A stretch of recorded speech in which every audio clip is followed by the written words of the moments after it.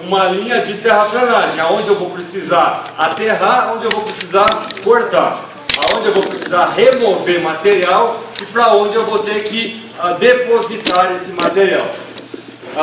A gente falou aí sobre a mudança de tamanho, digamos assim, de volume do material removido. Então, quando eu escavo, aumenta, quando eu aterro, reduz. Para a gente aqui, no momento, não nos interessa o transporte.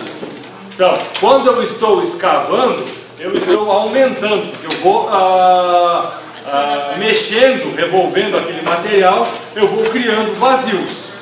Então, quando eu for analisar o item transporte, eu preciso tomar cuidado com isso. Para a gente aqui, o que interessa é, eu escavei e vou reutilizar esse material em um aterro. Então, quando eu vou aterrar, aquele material original, aquele volume original, vai ser reduzido. Então, se eu escavar 100 metros cúbicos, quando eu compactar, isso vai reduzir a 2, 3, 5, 8, 10, 15%. Normalmente, entre 5% e 20% a redução. Óbvio, depende do material, depende de um N aí, detalhes. Ok? Então, para isso, eu preciso ter uma resposta lá do pessoal de geotecnia, de mecânica do solo, que vão analisar o material e vão poder me dizer quanto esse material reduz com uma compactação. Beleza? E a gente parou bem aqui na nossa última aula, quando a gente tinha a tabela de compensação. Então, para fazer Tá frio. Isso que eu baixei. Tem? Tá frio? Tá. Primeiro, o que eu preciso fazer? Perfil. O perfil longitudinal. Depois de ter feito o perfil, eu prefiro ver as seções. Seções transversais. Para saber qual é o desenho que eu tenho. Depois, eu preciso ter as áreas.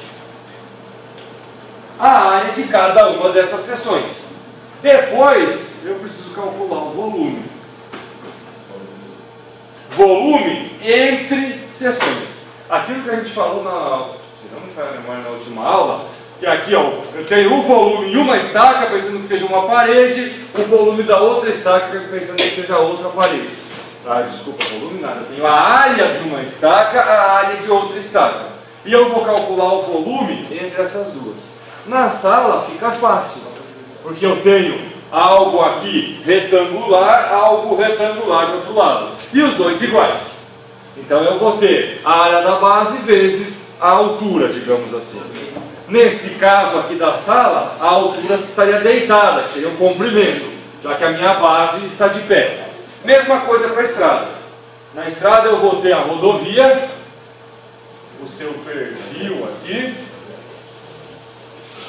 Ok, ela vai estar de pé. E eu vou ter a outra seção aqui. Então a altura, na verdade, vai ser o comprimento. Ok, então é a área da seção vezes o comprimento. Dividido por 2 essa área. Por quê? Porque eu vou ter um tronco de cone, na verdade. Aqui na sala não teria o dividido por 2 porque as duas paredes são iguais. Aqui não. Eu tenho uma seção menor, outra maior. Então é como se eu estivesse calculando um tronco de um cone de uma pirâmide, por exemplo. Ok? Eu vou ter a área 1, área da base, área da superfície, a altura. Faço a média entre as duas áreas, vezes a altura que eu tenho aí. Ok? Por isso dividido por 2. E no final eu calculo o volume, que é a coisa mais fácil. O complicado está aqui, em calcular essa área aqui. Okay? Por quê? Porque ela é uma área irregular. Eu faço ela derivando as funções que eu tenho aí, as retas que eu tenho aí. Como eu não tenho equações de reta, eu teria que descobrir a equação, que fica bastante enroscado. Então, ao invés de descobrir a equação para poder derivar, o que eu faço? eu vou ou trabalhar com o desenho lá no AutoCAD, eu desenho e mando o CAD me dar a área, ele vai me dar. O único problema é que eu tenho que fazer o desenho de todas as seções. São 106, 110, 120 estacas, eu vou ter 120 desenhos. É a parte mais enroscada. Eu não quero fazer com isso. Então eu posso fazer pela tabelinha, o que aí fica bem mais simples. Pelo aquele modelo de tabelinha que a gente tem, está disponível para vocês. Aquilo é só um modelo, tem colunas a mais para colocar naquela tabela. Então, eu tenho um eixo aqui no meio, outro eixo aqui embaixo. Isso aqui distância, isso aqui cota.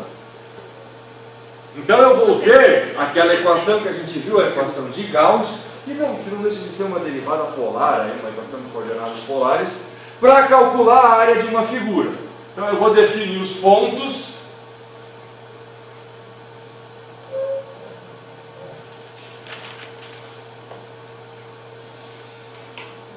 No meio, nos dois bordos, aqui ficou uma faixa diferente da outra, nos dois acostamentos, no encontro do talude com o solo e um aqui no meio.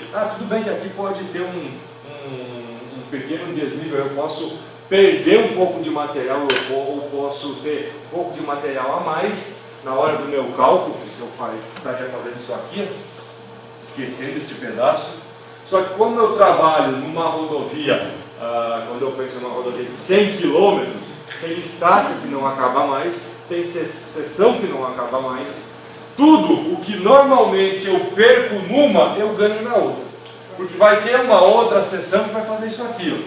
E aí a hora que eu nivelar, eu esqueci o material aqui e compensei ele aqui. Então, essa compensação de cálculo acaba acontecendo. Tudo bem, lá no meu projeto, eu vou trabalhar com um software que vai calcular isso aqui um pouquinho melhor. Ok? Porque ele vai calcular provavelmente lá, ou pelo Inroads, ou pelo Civil 3D, ou esqueci o nome do outro, tem um outro aí também que faz essa conta. Só que tudo isso depende da informação que eu passei para ele. Se a minha informação não está 100% correta, o resultado não vai estar 100% correto. Se o meu levantamento topográfico não está condizente, porque aqui, beleza, eu desenhei ele assim, eu tenho que ter levantado isso assim. Se eu não fiz o levantamento correto, o meu resultado não vai ser 100% correto. Ok? Então, todo e qualquer software só dá a resposta correta se você tiver uma informação idônea dentro dele. Ok? Depois dessa área, aí eu calculo essa tabela de compensação de volumes. Então o cálculo da área é bastante braçal, bastante coisa para fazer. E o volume, que aí eu vou trabalhar com uma tabelinha simples. Eu posso até esquecer essas 4 primeiras colunas, que são os offsets desse e desse ponto aqui. Eu posso repassar isso para a tabela anterior, onde aqui ele me dá a distância e a cota desse ponto. A distância e a cota desse ponto. Então pode ver a distância do primeiro ponto, menos 7,45. Como aqui é o eixo do meio, estou andando para trás, negativo. A cota desse ponto, 640. Eu tenho a cota 0 aqui embaixo, esse ponto está na 640,20. Na segunda ou na primeira estaca, essa estaca 0. Primeira estaca, esse ponto aqui está a 9 metros e ele está a 642. Então, se eu olhar aqui, ó, 640, 42, 3, 6, 6, 5, subi, comecei a descer. Desceu, começou a subir de novo. Ok? Então mostra que eu subo, desço, subo de novo. Então, pela análise das cotas desse ponto aqui, eu posso saber se eu estou numa subida, numa descida, o que está acontecendo. Então, eu tenho a cota e a distância em relação ao meio, ao eixo central da minha via. Aquela poligonal que vocês traçaram até agora aí no projeto. Então, essas duas aqui servem muito mais para o cálculo de área do que para o cálculo de volume propriamente dito.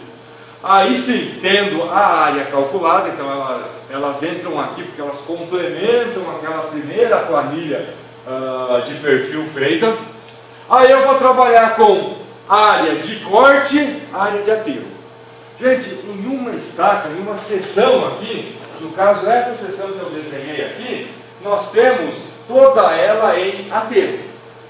Ok? Eu tenho o terreno.